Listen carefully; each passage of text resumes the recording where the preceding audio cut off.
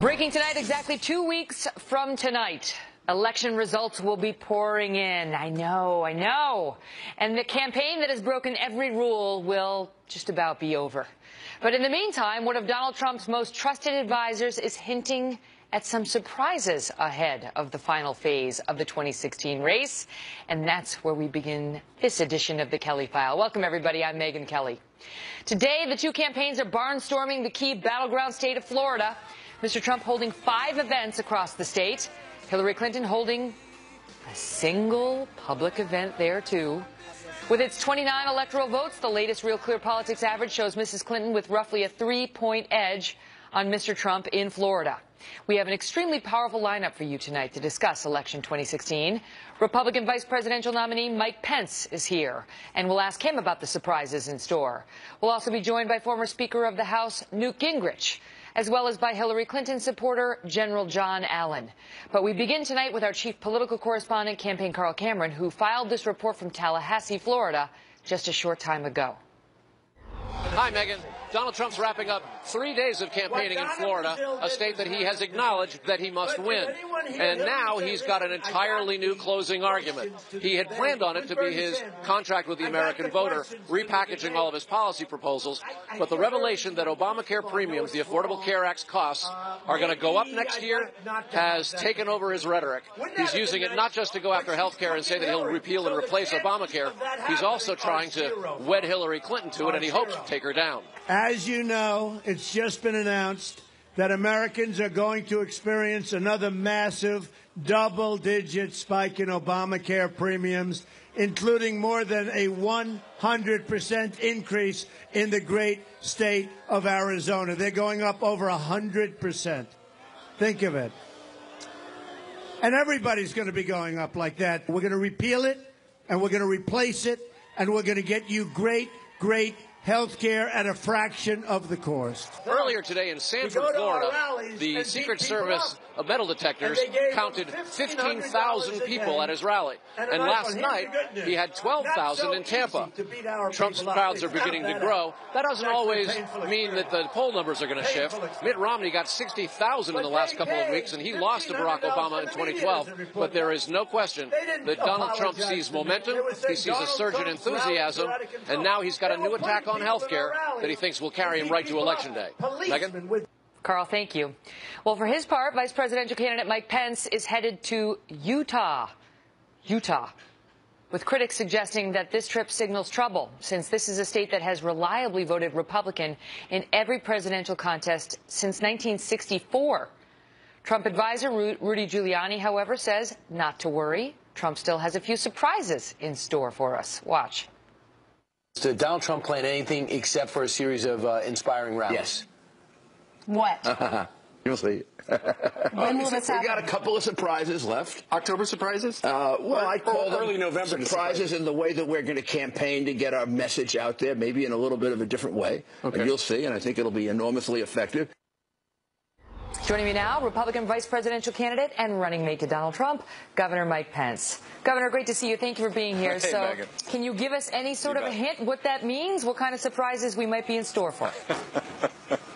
Well, I think for many in the mainstream national media, the big surprise is going to come on November the 8th when Donald Trump is elected the 45th president of the United States. I got to tell you, across Ohio today and North Carolina yesterday, we're seeing incredible crowds coming out for Donald Trump. The enthusiasm that we see across this state and frankly across the country is like nothing I've ever seen in my lifetime. So we're going to continue to carry that message forward about making America great again, rebuilding our military, reviving our economy, having a Supreme Court that upholds our Constitution, and I like our chances come Election Day. But you know that the crowd sizes don't really mean that much. I mean, Mitt Romney had huge crowd sizes at this point back in 2012, and he lost handily to Barack Obama. In North Carolina, Trump is down 2.1. Mitt Romney won that state by 2.2 points. Trump is down in Arizona, a reliably red state, by 1.3. Mitt Romney won that state by 10 points. Trump only leads Texas, Missouri, South Carolina, your home state of Indiana, by single digits. Mitt Romney won all of those states by 10 points or more. Isn't it true you are behind in the polls right now? Number one, Megyn, the only poll that counts is the one we're going to finish up come Election Day. But I got to tell you, I really do think that the pollsters and the pundits are missing something in this election. Right now, the political prognosticators are almost uniformly predicting that the GOP is going to lose the Senate. And if the GOP loses both the White House and the Senate, you and I both know that Hillary Clinton's going to be able to get all of her confirmations right through, including Supreme Court justices, and there'll be virtually no check on those. I mean, should you start changing the message a little to try to preserve at least the Senate at this point? Well, look, my message in North Carolina yesterday, Donald Trump's message in Naples on Sunday night, is that it's time for Republicans to come home. Just tonight, we learned that General Colin Powell, a Republican, lifelong Republican, is not coming home. Now, he says he's going to vote for Hillary Clinton, a woman of whom he was very critical in those emails that were leaked. He's not listening to you. First of all, your reaction to General Powell going Democrat in this election? It wouldn't be the first time I disagreed with General Powell. Look, I honor his service to the country in uniform. I honor his service as Secretary of State. But if memory serves, he supported Barack Obama 8 years ago. So I'm not really sure it's particularly newsworthy that he's supporting another Democrat for the White House, even after 8 years that's weakened America's place in the world, stifled America's economy. But he's entitled to his opinion. So other than telling them to come on board, what can he do? What can you do? Well, I think we could just talk about the issues. We can just talk about the platform. Look, there's no question that Republicans went through this. I mean, how many candidates were there in our primary? 100, 150 of them? That's how it felt. It was a rough. It was a rough and tumble primary, and so there's some of that left over. But look, the unifier in this election is that Republicans, many independents, and frankly many Democrats know that 7.5 years of Barack Obama and Hillary Clinton-style leadership has weakened America's place in the world, resulted in cutbacks in our military, stifled our economy. Obamacare is literally disintegrating before our eyes. You even have Bill Clinton calling it the craziest thing in the world. Yep. But Hillary Clinton says today that Donald Trump's going to rip up Obamacare, and she's absolutely right. We're going to repeal Obamacare, lock, stock, and barrel. Why is Trump out there blaming a rigged media? And you've pointed to media bias, and it exists. There's no question it exists. The media doesn't want Trump-Pence to be elected. That's very clear.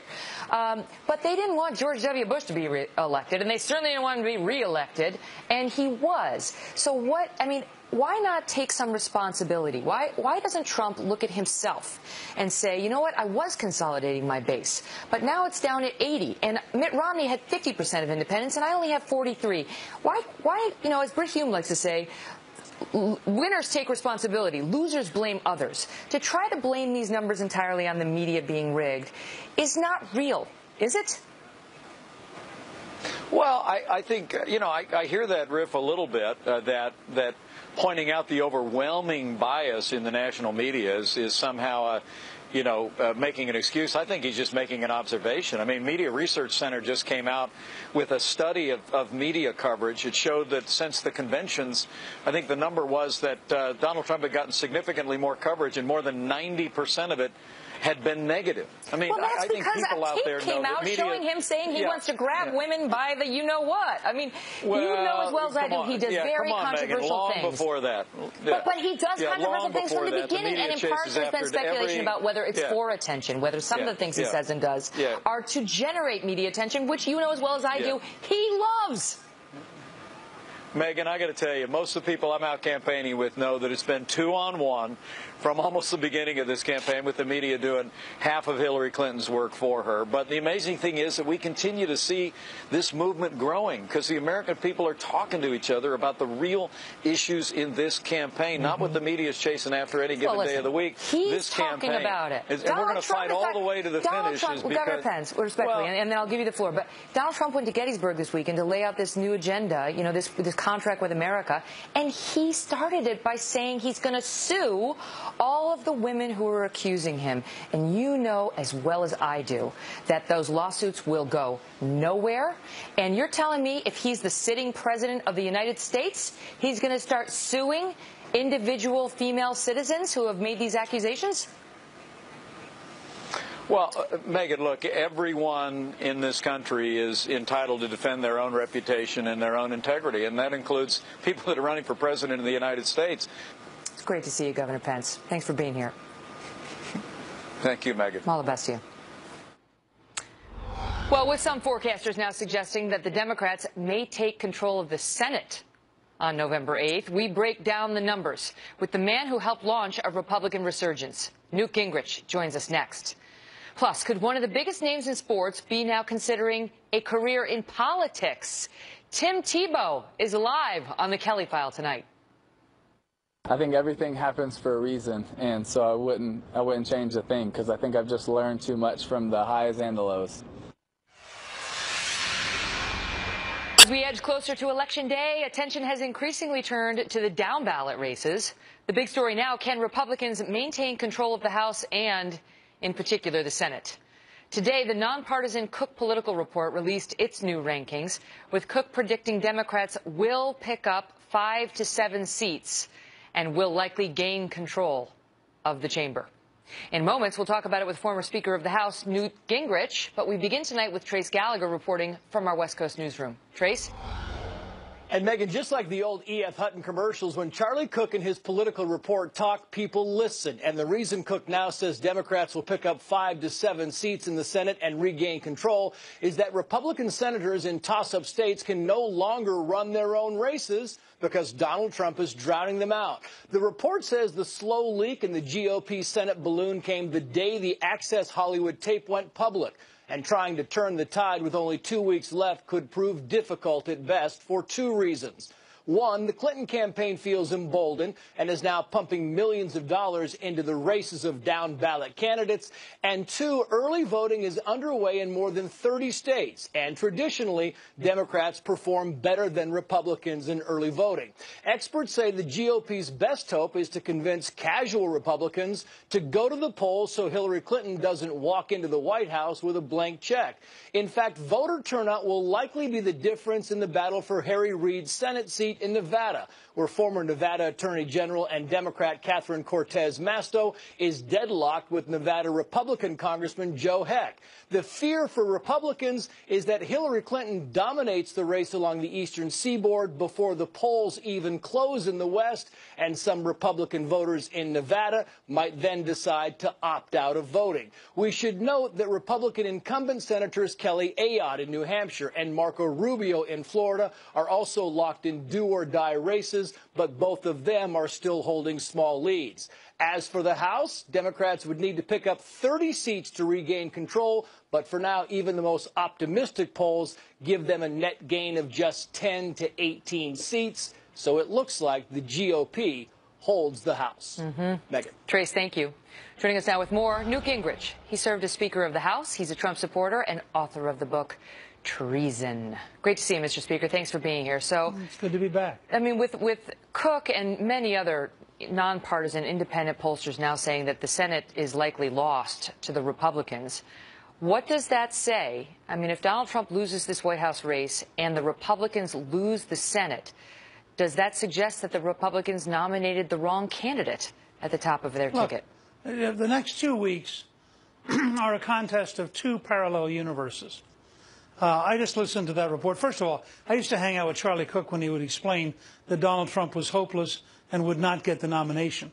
I like Charlie. That doesn't mean he's infallible. But let's take the report we just got. Republicans are actually outvoting Democrats in Florida. They're outvoting Democrats in Pennsylvania. That's unprecedented. They've cut the Democratic lead. You predict a win in Pennsylvania? I think they might. Really? You think Trump's going to win Pennsylvania? Look, all I can report to you right now is they're outvoting the Democrats in early voting, which is also true in Florida, which is unprecedented. But all of the polls in Pennsylvania have her winning. What? All of the polls in Pennsylvania have her ahead. I know. I just told you we have 2 alternative universes right now. In Iowa, for example, the Democrats are 50,000 votes behind where they were with Barack Obama in turnout. The governor is very confident we're going to carry Iowa, which Obama carried last time. I can just carry you through case after case like this. In Minnesota, we're almost certainly going to win the congressional seat up around Duluth, which is a very Democratic area, but it deeply dislikes Hillary Clinton. and represent. No, but let me just ask getting you. Let me just ask you, because you say it's two alternate universes. I mean, these are sort of small examples of how he might be heading early voting and so on. But I'm telling you that the Fox News decision desk just moved Iowa, that you just mentioned, Indiana, 2nd Congressional District in Maine. All of them moved left, moved more likely to vote for Hillary Clinton. And in fact, all of the moves that have been on this map over the past 3 weeks by Larry Sabato, by Cook, by the Fox News decision desks. These are nonpartisan outlets that are just trying to call the electoral scoreboard. Not nonpartisan scoreboard. Outlets. Every outlet you described is part of the establishment. Fox News, really? Are we? I don't think so. And they've every state they've moved it to the left, towards Hillary. And you tell me whether that's all made up. No, I think they're two alternative universes. You have a poll which suggests that she's going to get a Barack Obama turnout among African Americans. I don't think that's going to happen. You have a Washington Post ABC News poll where they took out 8% of the vote because they didn't like the way it voted. Look, I've been around long enough. I remember when the Detroit Liberal newspaper on the Sunday before the election said John Engler would lose by 14 points. He won the governorship that year. I don't take polls as seriously as people who've never run for office. But your candidate loves them and has touted them from the beginning. And he's been behind in virtually every one out of the last 40 polls that we've seen over the past month. That's the reality. Look, if you want to assume the election's over, skip the next 2 weeks and we can talk about the future. I'm not assuming anything. I'm asking you whether you believe your candidate's behind based on these numbers and what it says about the down-ballot races. I believe the odds are at least 1 in 3 and maybe better than that the difference in intensity and the difference in determination and the degree to which Hillary Clinton is clearly the most corrupt, dishonest person ever nominated by a party all mean that the odds are pretty good she's not going to win. Now, I actually believe that. This is not just because I'm for Donald Trump. I actually believe the American people let me ask you about by that. This. So let's assume she is corrupt, right? She was just as corrupt 3 weeks ago and 3 months ago. And she would have been corrupt and collapsing physically on September 11th of this year. And her poll numbers tanked. But then you know what happened. He had a rough first debate. He took the bait on Alicia Machado. He stayed in that trap for a week. The Access Hollywood tape came out, which was not produced by Hillary Clinton. That was Trump on camera talking about grabbing women. Look, I just heard you go through this with Governor Pence. I get it. I know where you're coming from. But let me point out something to you. Sure. The 3 major networks spent 23 minutes attacking Donald Trump that night and 57 seconds on Hillary Clinton's secret speeches. You don't think this is a scale of bias worthy of Pravda and Izvestia? I mean, you want to know why Donald Trump's had a rough time? If Trump is a sexual predator, he's not a sexual predator. Okay, that's your opinion. I'm not taking a position on it. You could not defend that statement. I'm sick and tired of people like you using language that's inflammatory that's not true. Excuse me, Mr. Speaker. Donald you have Trump no idea whether it's true or not. What we know is that there are at least... Neither do you. That's right, and I'm not taking a position on it, unlike yes, you are. When you use the words, you took a position. So what I think it's very unfair of you to do that, Megyn. Incorrect. I think that is exactly the bias people are upset by. I think that your defensiveness on this may speak volumes, sir. No, what I said let me just is... suggest to you. No, let me make my point, and then I'll give you the floor. What I said is, if Trump is a sexual predator, then it's a big story. And what we saw on that tape was Trump himself saying that he likes to grab women by the genitals and kiss them against their will. That's what we saw. Then we saw 10 women come forward after he denied actually doing it at a debate to say that was untrue. He did it to me. He did it to me. We saw reporters. We saw people who had worked with him, people from Apprentice, and so on and so forth. He denies it all, which is his right. We don't know what the truth is. My point to you is, as a media story, we don't get to say the 10 women are lying. We have to cover that story, sir. Oh, sure. Okay, so it's worth 23 minutes of the 3 networks to cover that story. And Hillary Clinton, in a secret speech in Brazil to a bank that pays her $225,000, saying her dream is an open border where 600 million people could come to America. That's not worth covering. That is worth covering. You want to go back through the tapes of your show recently? You are fascinated with sex, and you don't care about public policy. Now, that's what I get out of watching you tonight. You know what, Mr. Speaker? I'm not fascinated by sex, but I am fascinated by the protection of women and understanding what we're getting in the Oval Office. And I think the American voters would like to know. And therefore, we're going to send Bill Clinton back to the East Wing because, after all, you are worried about sexual predators. Yeah, listen, it's not about me. It's about the women and men of America. And the poll numbers show us that the women of America in particular are very concerned about these allegations and in large part believe that they are a real issue. And do you want to comment? Do you want to comment on whether the Clinton? Do you want to comment on whether the Clinton ticket has a relationship to a sexual predator? We on the Kelly File have covered that story as well, sir. I will tell you the polls. I just want to hear you use the words. I want to hear you use words. Bill Clinton, sexual predator. I dare you. Say Bill Clinton, sexual predator. Mr. Speaker, disbarred we've covered, by the Arkansas bar. Disbarred by the Arkansas bar. $850,000 penalty. Excuse me, sir. We on the Kelly File have covered the Clinton matter as well. We've hosted Kathleen Willey. We've covered the examples of him being accused as well, but he's not on the ticket. And the polls also show that the American public is less interested in the deeds of Hillary Clinton's husband than they are in the deeds of the man who asks us to make him president, Donald Trump. We're going to have to leave it at that, and you can take your anger issues and spend some time working on them, Mr. Speaker. Thanks for being here. And you too. And you too. You too. So we're taking your thoughts on that. Facebook.com/The Kelly File. As we get into the home stretch, a high-ranking retired commander is taking part in a brand-new ad for Hillary Clinton. Four-star General John Allen is here next to explain why he made the decision he did. Plus, a new WikiLeaks dump of Clinton emails is creating serious new questions about whether President Obama lied to the American people about what he knew and when. Mr. President, when did you first learn that Hillary Clinton used an email system outside the U.S. government for official business while she was Secretary of State?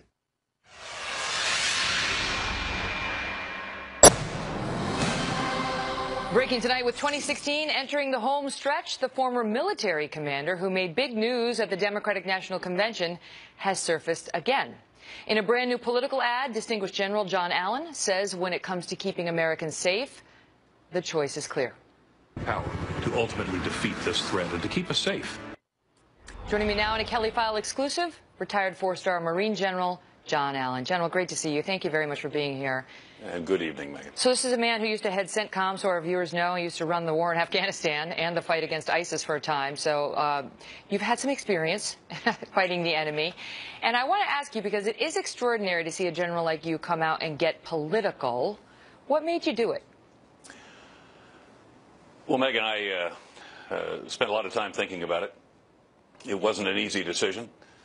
It's less about being political than it is, or it was, and remains about expressing my very clear support for the person I believe utterly should be the next commander-in-chief. I was very concerned about the rhetoric that we were hearing in the campaign. I remain concerned about the rhetoric that we hear in the campaign, about the potential that we could see American forces being used for torture or for carpet bombing or to assassinate the families of alleged terror victims or secure the illegal seizure of Iraqi oil.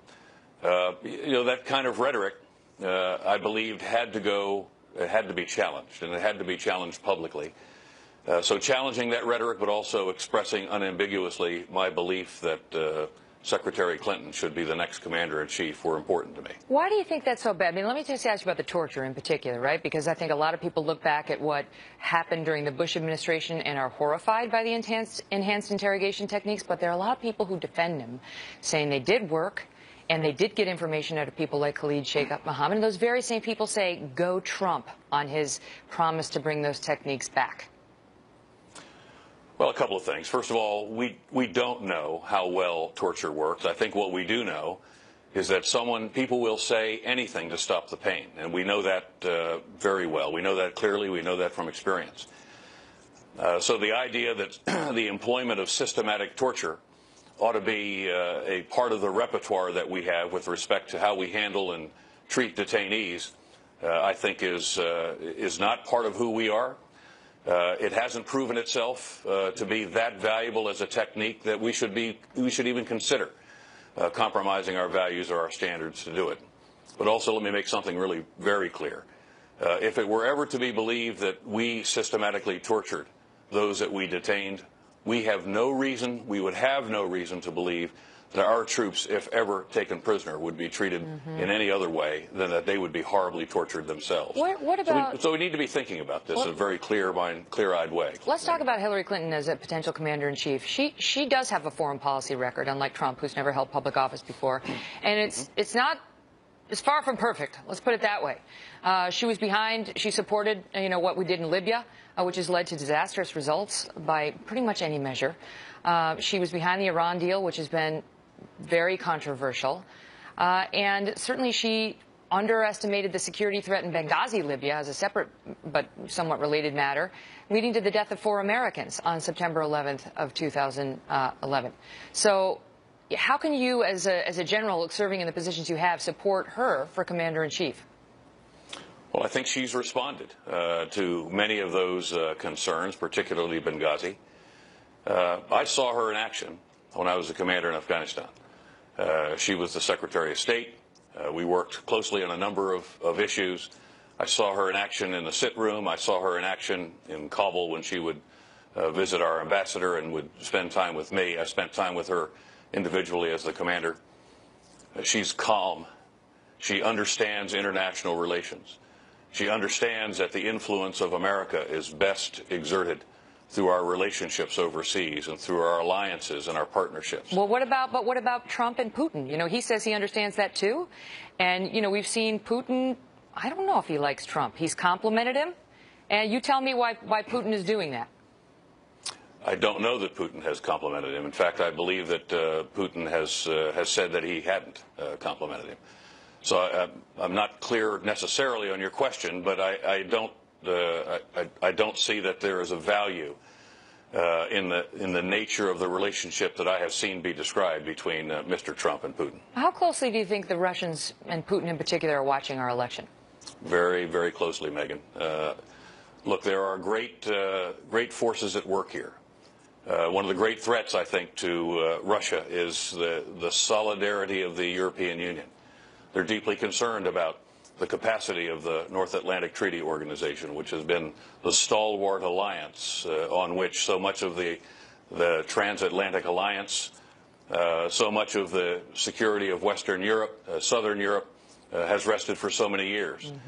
And the solidity, or the solidarity of those organizations are of great interest to him. And when one of the 2 principal candidates for the President of the United States in fact, cheerleads the dissolution of the EU, or would talk about not being willing to honor Article 5 of the NATO Charter.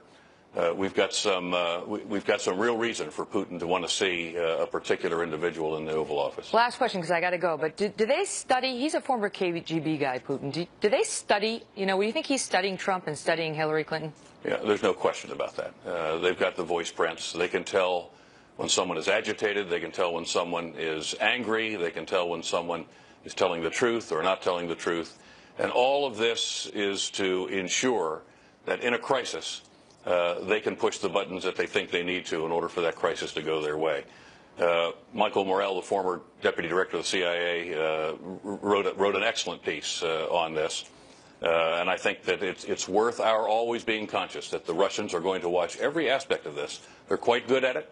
They're quite expert at this, at understanding people's personalities, and I think that that's something we should take into account. Fascinating.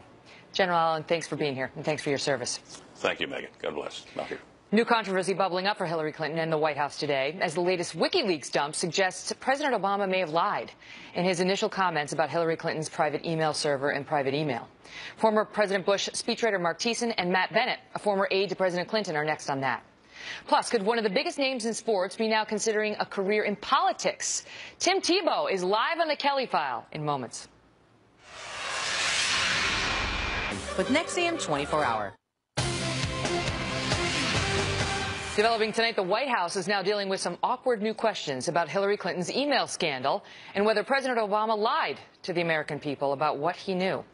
Remember, it was back in 2015, not long after the story broke, when CBS News had a chance to press the White House about the Clinton controversy.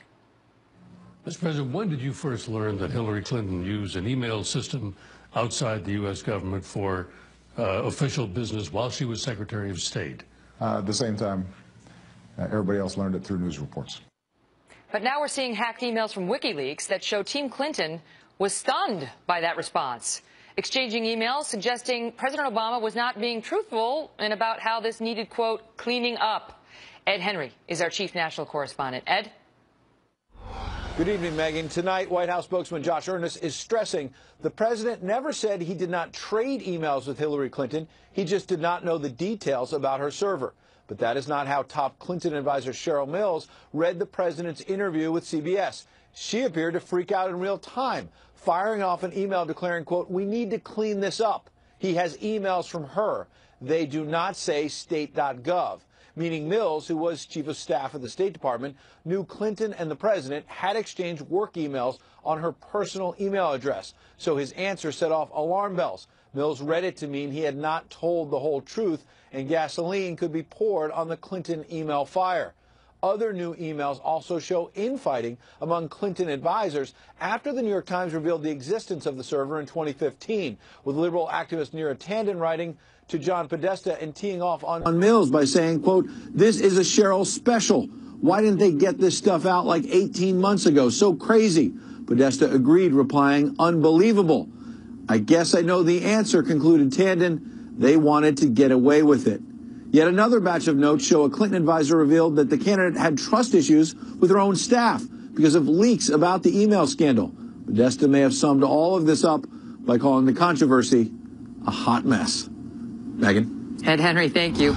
Joining me now, Mark Thiessen, Fox News contributor and former chief speechwriter for President George W. Bush, and Matt Bennett, a former deputy assistant to President Clinton. Good to see you both. So, good to see you, Megyn. I mean, Mark, you know, when you say the word lie, it means there's a consciousness of deception. You know, at a minimum, the president said something that was incorrect. That much we know. How do you get to lie?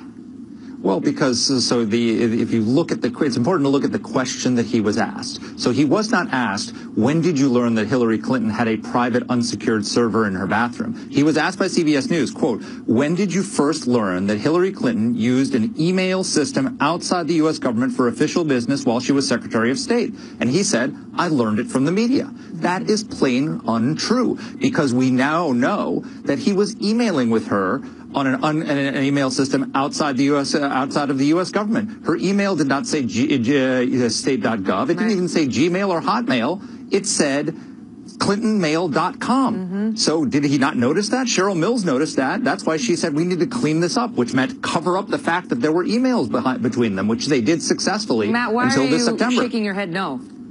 Look, Megyn, Mark doesn't know anything about what the president knows or whether he was being untruthful, because what he doesn't know is whether the president noticed the URL that the email from Hillary originated from. I don't notice people's URLs. Most people, I think, don't, and surely the president, one of the busiest people on the planet, doesn't notice. That is a staff thing to worry about. Okay, but let me ask you this. Okay, so point taken, but let me ask you, Matt.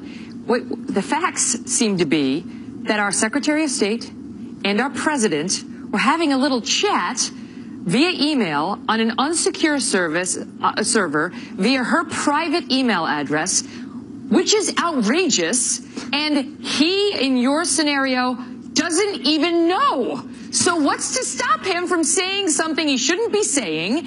And does that not underscore the grossly irresponsible nature of her decision and, under your theory, her lack of disclosure of it in talking to people like the president?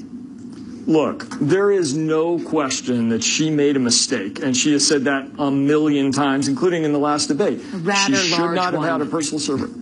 It was a mistake, but we don't know anything about what the president was paying attention to as it relates to the emails coming from Secretary Clinton. Well, if he didn't pay attention to it, Mark, is that not on her? It said ClintonMail.com. He had too much faith in her. It said ClintonMail.com. It's not hard to see. It's not a URL. It's the email that's in every American who's read an email. Either he saw it and he knew, or he didn't see it. And the reason he didn't know is because his Secretary of State didn't call it to his attention that she wasn't writing from where she ought to have been. And Cheryl Mills knew, and Cheryl Mills noticed it. And so she said, we need to clean this up. He has emails that don't say state.gov. Now, what did she mean by clean this up? She meant cover up the fact that they had been emailing. Well, no, Why do they want to cover up the came fact out that they had been shortly after emailing? that and tried to clean it up. Because that would make him complicit in her misconduct. It would make him complicit in any breaches of security that came out. We will ponder that over the break because it's a short segment. But thanks for being here. See you guys. Thanks. Tim Tebow's next. See you, Meg. As well. Joining us now, Tim Tebow, author of the new book, Shaken, Discovering Your True Identity in the Midst of Life's Storms. Tim, it's great to see you. Thank you so much for being with us. Of course, Megan. How are you doing? I'm doing great. Thank you. So let's just start with, so you used to, I'm not a sports person, so forgive me. You played football. It went great, and then it went not as great. And now you've decided to play baseball, and you're in the minor leagues for the Mets. And how does that happen? Were you good at both in high school? How did you get to that point? Well, first of all, that's a great way to sum it up. Yeah, baseball was something I did my whole life, and I honestly almost went pro out of high school, but I chose the University of Florida, more because Mom wanted me to get an education, but I loved both. And but baseball was something that has been with me ever since. And when football didn't necessarily pan out how maybe I thought or hoped it would, and baseball was always with me. And it was something that I had been thinking about for a couple years, and even had to convince some people on my own team that I could do it. And but now I'm out pursuing it and loving it and having so much fun. See, I get it. Like, you like to hit things and you like to throw things. So you've chosen two good sports for you. But you got it. Megan, you got it. What I've read about the book is actually very inspirational because, I mean, I think our viewers certainly know you're a man of faith and you're a man who loved football and played it, but you've had failures, as I read. You were let go by 4 NFL teams in 5 years after having such a storied beginning to your career. How do you deal with that? How do you get through those kinds of challenges and failures? Well, that's what this book is all about. It's about handling the lows. You know, Megan, I've been blessed to go through some highs. But I think going through the lows is something, honestly, I am so thankful for now, too, because I feel like there's so many people that life hits them right in the face and they have to go through a lot of lows. And it really gives me the opportunity to relate to a lot of people. And that's who this book is written for. It's written for people that have gone through lows or about to go through lows or are going through lows. And it's to encourage them that their life matters, that they're important, to realize the purpose that they have in their life. And that was really the heart that I had behind this for the last year and a half or so, of really trying to write to young people to encourage them about how much they matter, how they can have a foundation that is bigger than just what they do. It's who they are, more importantly, whose they are. And so that's really what this book is about. Is it scary for you to, having not made it in your first chosen profession, to be trying again in what is sort of a brand new one? Not really. I think a couple things. One, perfect love casts out all fear. And two, when you're doing something for the fun of it, for the passion for it, and you're really giving it everything you got, what is success and failure? Success to me is pursuing and playing something that I love every single day, and the results will take care of itself. But at least I can look back 20, 30 years from now and say, hey, I did everything I possibly could for the passions that I have and what I loved and what was in my heart, rather than being scared of what critics or naysayers or even failing, and stopping because of that. Because I think, unfortunately, in today's society, so many people do that because we're afraid of what other people are going to think. That's right. Amen to that, by the way. But I have to ask you whether there might be politics in your future. First of all, quickly, were you asked to speak at the RNC this past summer? I was. And you declined. So was that why? Why didn't you do it? Well, for me, I really try to go after what is on my heart, what I'm passionate about at the moment, and politics could be something in my future one day. For me, my goal has always been to make a difference in the biggest way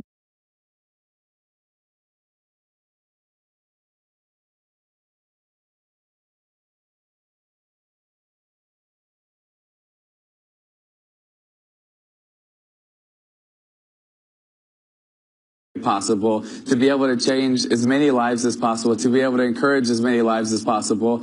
And right now, I don't feel like that's in politics. But if one day I feel like that's where I'm called to go, then they were book Shaken. Thank you so much, Megan, and good luck with your book. I hear it's coming out soon too. That's right, November night, and the book comes out 3 weeks from tonight. And I can't wait to share it with you. BarnesandNoble.com, Amazon.com now. Pre-order. Thank you. See you tomorrow night, 9.